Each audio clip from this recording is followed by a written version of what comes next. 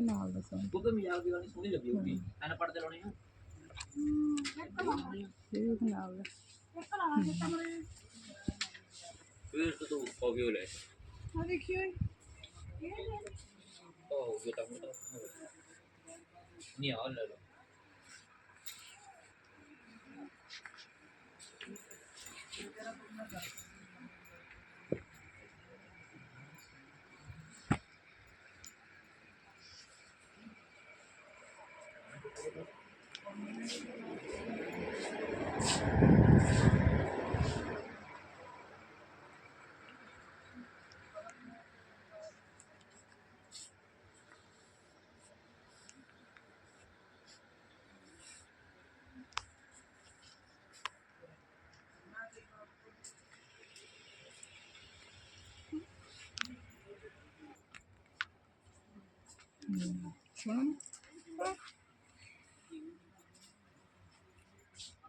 कितना था 89